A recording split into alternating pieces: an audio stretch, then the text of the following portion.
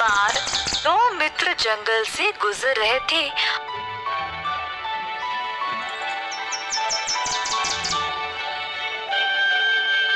और रास्ते में उनको एक बाघ की खाल मिला।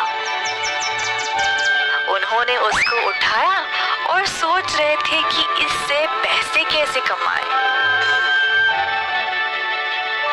अलग अलग योजनाएं के बारे में सोचने लगे, परंतु उनके दिमाग में कुछ नहीं आया, केवल एक ही विचार जिसमें उनको लोगों को बेवकूफ बनाना पड़े।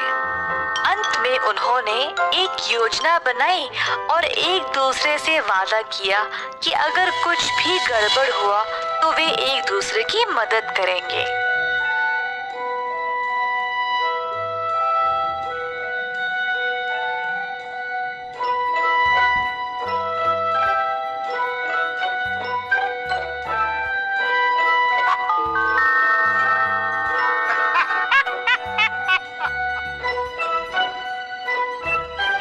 बाघ की खाल पहनकर लोगों का ध्यान खींचेगा और इसी दौरान किशन उन लोगों के घरों से चोरी करेगा।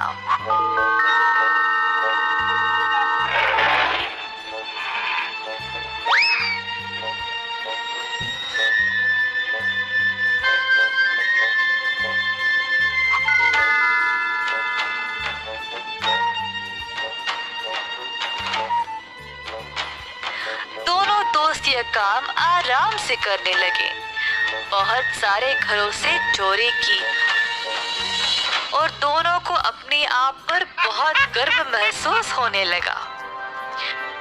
उनको लगा कि एक दिन वे बहुत अमीर बन जाएंगे। जल्द ये उनकी एक आदत बन गई। अब वे बड़े बड़े चोरी भी करने लगे। परंतु अचानक से एक दिन उनको एक मुसीबत का सामना करना पड़ा। एक दिन सच में एक असली बाघ उस जगह पे घूमने लगा और यह दो दोस्त सोचने लगे कि यह तीसरा आदमी कौन है। बाघ अचानक से उनकी ओर दौड़ने लगा, गरजते हुए। किशन वहां से भाग गया अपने दोस्त को छोड़कर।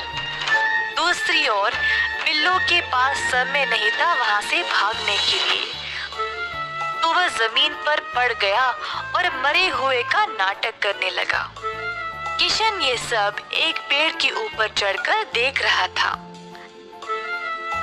असली बाघ आया और बिल्लू को उसके बाघ के खाल के नीचे से सूंघने लगा। पेड़ के ऊपर बैठे किशन को ऐसा लग रहा था जैसे बाघ बिल्लू के कान में कुछ फुसफुसा रहा था। बिल्लू बिना हिले अपने सांसों को रोक के रखा था। बाघ को लगा कि यह केवल एक दूसरा मरा हुआ बाघ है और वहां से चला गया।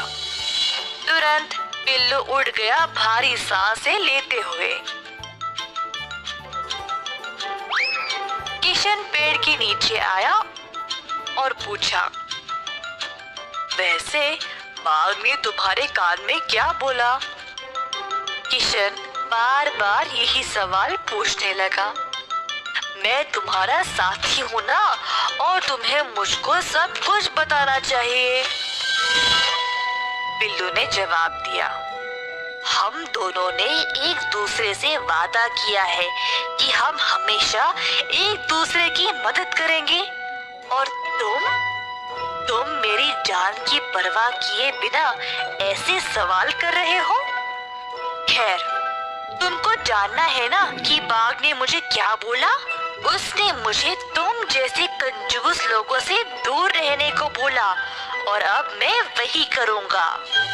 कृपया मुझे मत छोड़ो, मुझे माफ कर देना दोस्त, मैं ऐसा कभी भी नहीं करूँगा, पर कृपया मुझसे दोस्ती नहीं तोड़ना।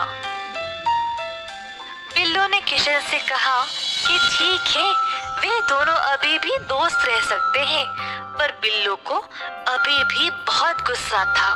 उसने किशन से बदला लेने की योजना बना रखी थी।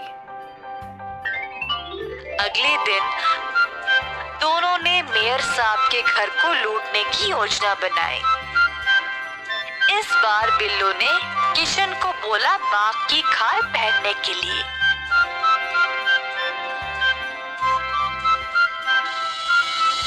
किशन ने माना और फिर दोनों दरवाजे के पास आ पहुंचे। तुम अंदर जाओ, मैं इधर नजर रखूंगा। ठीक है, अगर कोई आएगा तो मुझे तुरंत बताना। किशन चुपचाप से अंदर गया और सारा सोना पैसा चोरी करने लगा। इसी दौरान बिल्लू ने दूर से मेयर साहब को वापस आते हुए देखा, का इंतजार कर रहा था। वह घर के पीछे गया और अपनी जेब से एक घंटी को निकाला। घंटी को वह जोर जोर से एक लकड़ी के साथ मारने लगा, शोर मचाने। जब मेयर साहब ने देखा कि आवाज उनकी घर से आ रही है तो वह जल्दी घर की ओर दौड़े। दरवाजा खोला तो बाघ को देखकर डर गए। किशन ने भागने की कोशिश की,